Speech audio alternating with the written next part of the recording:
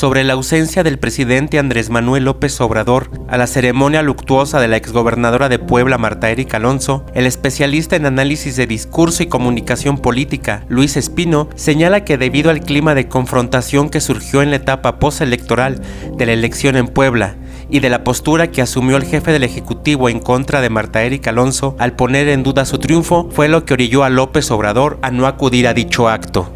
Esto nos sirve como de marco, de referencia para entender la decisión de por qué no va a los funerales, porque era una situación pues claramente incómoda si pensamos en el presidente como un político, pero que estaba, me parece, obligado a asistir debido a que pues es la pérdida de una gobernadora en funciones y de un estado bastante importante en términos económicos, poblacionales, y además para mandar una señal justamente de que gobierna para todos. Asimismo, Luis Espino asegura que el primero que debe despolitizar este tema es el gobierno federal, pero el mismo López Obrador continúa con la postura de un líder de oposición, utilizando palabras y adjetivos muy duros en contra de quienes lo critican en las redes sociales, en vez de asumir su papel como presidente de la República. ¿Qué se espera del presidente? Se espera que actúe como una especie de liderazgo moral en estos casos. Se espera del presidente que dé mensajes que tengan, primero que nada, la empatía como el centro del discurso. ¿Y empatía con quién? Pues empatía obviamente en primer lugar con las víctimas, con sus deudos, con la gente que se ve afectada por alguna tragedia. Y esto sobre todo en las primeras horas de que se pierde la vida a alguien, pues digo, así como en las familias, así como entre los amigos, no te pones a discutir a quién le dejó las perlas la abuela a medio funeral, pues aquí tampoco te pones a discutir temas políticos. Para la Polaca BM, Vicente Maldonado. Este miércoles, Jesús Rodríguez Almeida, secretario general de Gobierno y encargado del despacho de la Gubernatura del Estado de Puebla, informó de manera oficial al Congreso local sobre el fallecimiento de la gobernadora Marta Erika Alonso y solicitó al legislativo el nombramiento de un gobernador interino. El presidente de la Comisión Permanente del Congreso del Estado, José Juan Espinosa, señaló lo siguiente. Tenemos toda la voluntad y la prioridad de la coalición Juntos Haremos Historia es lograr el voto por unanimidad de los 41 diputados para que en los próximos días se pueda designar al gobernador o gobernadora interino. No podemos excluir absolutamente a nadie, hasta en cuanto no inicien los trabajos al interior de la Comisión de Gobernación, ningún poblano ni ningún diputado debe ser descartado. Sobre el tema, el dirigente nacional del PAN, Marco Cortés, sugirió que debe elegirse como gobernador interino a una persona con perfil panista. Esto lo declaró en el marco de la ceremonia luctuosa de la exgobernadora de Puebla. Debe respetar el origen de la propuesta que ganó la elección, que fue una coalición de partidos encabezada ciertamente por el PAN. Y nosotros lo que pedimos es que esto se mantenga, se respete en una cortesía política y en una costumbre y tradición política de que cuando se ocupa nombrar un alcalde interino o un gobernador interino, siempre se respeta el partido que estaba gobernando. Para la Polaca BM, Vicente Maldonado.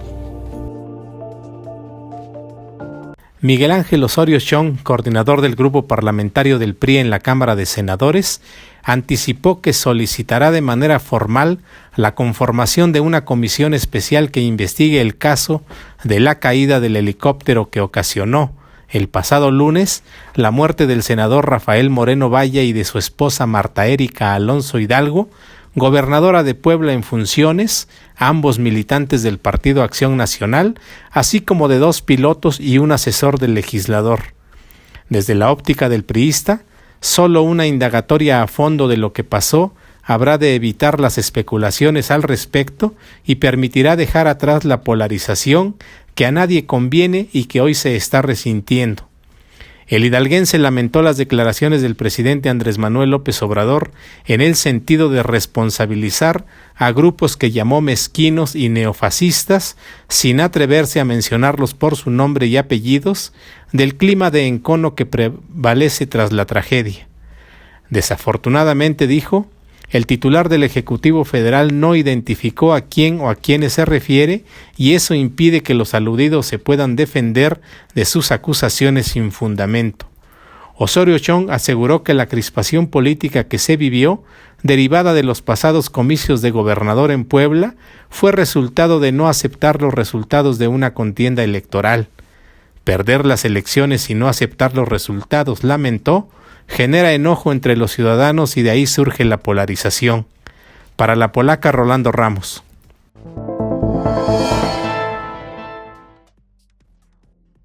El Congreso de la Unión clausuró sus trabajos correspondientes al primer periodo de sesiones ordinarias de la 64 legislatura, con un cúmulo de pendientes entre los que destaca la aprobación de la reforma constitucional para crear la Guardia Nacional con mando militar. Por acuerdo de la Junta de Coordinación Política de la Cámara de Diputados, máximo órgano de gobierno conformado por los coordinadores de los 8 grupos parlamentarios representados en San Lázaro, el tema será desahogado durante el periodo de sesiones extraordinarias al que la Comisión Permanente del Congreso Mexicano habrá de convocar para la segunda quincena de enero próximo. La Cámara de Senadores dejó para después la designación del nuevo fiscal general de la República. Entre los asuntos que no pudieron resolver antes de finalizar el año los diputados federales, destaca también la reforma laboral sobre el reconocimiento de libertad sindical y transparencia en la elección de dirigentes, enmienda indispensable para cumplir con lo que establece el capítulo laboral del Acuerdo Comercial entre México, Estados Unidos y Canadá, el TEMEC. En el tintero de los senadores siguen pendientes también, entre otras, la reforma para eliminar el fuero constitucional, así como los cambios a la Ley Federal de Remuneraciones de los Servidores Públicos, el Código Penal Federal y la Ley General de Responsabilidades Administrativas, a fin de reglamentar el cambio constitucional que establece que ningún servidor público del ámbito federal debe tener un salario superior al del presidente de la República, fijado ya en 108,000 pesos para el próximo año. Para la polaca Rolando Ramos. La Cámara de Diputados ajustó a la baja el presupuesto que el Poder Judicial habrá de ejercer durante el próximo año. Aumentó el del Poder Ejecutivo Federal, que encabeza el presidente Andrés Manuel López Obrador, y el que le compete, el del Poder Legislativo, lo dejó tal como fue proyectado. El gasto del Poder Judicial para 2019 se proyectó en 65,356 millones de pesos y quedó en 2.6% menos, es decir, se autorizaron 63,656 millones de pesos. Al Ejecutivo Federal se aumentó el presupuesto 2.4%. Se aprobó un monto por 1,136,594 millones de pesos cuando solicitó 1,109,392 millones de pesos. Tal como proyectaron los propios diputados federales, senadores y la Auditoría Superior de la Federación, el gasto del Poder Legislativo para el próximo año ascenderá a 13,002 millones de pesos. De dicho monto, 3,940 millones de pesos corresponderán a la Cámara de Senadores, a la Cámara de Diputados 6,758 millones de pesos y 2,304 millones de pesos al ente responsable de auditar el gasto público federal. Desde la tribuna, durante la discusión del gasto para el próximo año, René Juárez Cisneros, coordinador del grupo parlamentario del PRI, manifestó la posición de su partido. Este presupuesto carece de legitimidad porque violentó el proceso parlamentario y efectivamente fue construido en Hacienda, dictaminado en Hacienda, ajustado en Hacienda, reordenado en Hacienda y nos los mandaron cuando quisieron de Hacienda. La Suprema Corte de Justicia de la Nación, que forma parte del Poder Judicial, dispondrá de 4.657 millones de pesos de los 4.782 millones de pesos que solicitó a la Cámara Baja. Lo mismo sucedió en el caso del Consejo de la Judicatura Federal, cuyo gasto autorizado fue por 56.460 millones de pesos, 2.6% menos que los 57.968 millones de pesos solicitados. El Tribunal Electoral del Poder Judicial de la Federación proyectó un presupuesto por 2.606 millones de pesos. Solo le autorizaron 2.538 millones de pesos. Para La Polaca, Rolando Ramos.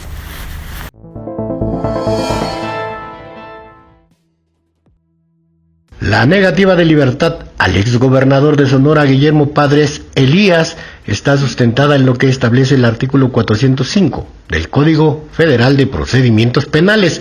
En relación al diverso 173 del mismo código, precisó el Juzgado 12º de Distrito de Procesos Penales Federales de la Ciudad de México, luego que la defensa del exmandatario acusara artimañas jurídicas en su contra. El recinto judicial que lleva la causa penal 55/2016 por el delito de defraudación fiscal equiparable contra el exgobernador surgido del Partido Acción Nacional, respondió que Padres Elías debe garantizar 100 millones de pesos y la hipoteca de un predio valuado en 402.825.000 pesos, propiedad del abogado y panista Diego Fernández de Ceballos, que se ofreció como garantía, no cumple con lo estipulado en ese artículo.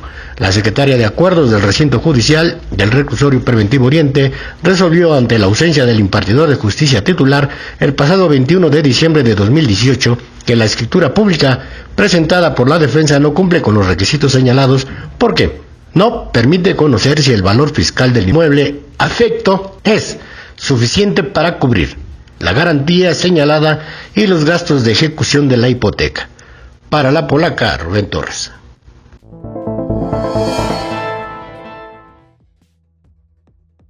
La Secretaría de Seguridad y Protección Ciudadana informó que, como parte de las acciones de prevención de accidentes con el Plan Territorial Estratégico Invierno Seguro 2018-2019, elementos de la División de Seguridad Regional de la Policía Federal reforzarán las acciones del operativo Carrusel, que consiste en posicionar frente a un grupo de automovilistas una o dos unidades de la Policía Federal transitando a una velocidad moderada que contribuye a reducir la velocidad, porque el 90% de los accidentes corresponden al factor humano, mientras que 9 de cada 10 se originan por el exceso de velocidad. Y recomendó que si observa una unidad de la Policía Federal que transita frente a usted a una velocidad moderada, no lo rebase porque las sanciones por exceder los límites de velocidad son altas, y exhortó a denunciar cualquier intento de acto de corrupción de un servidor público y denunciar en la aplicación PF Móvil. Para La Polaca, Rubén Torres.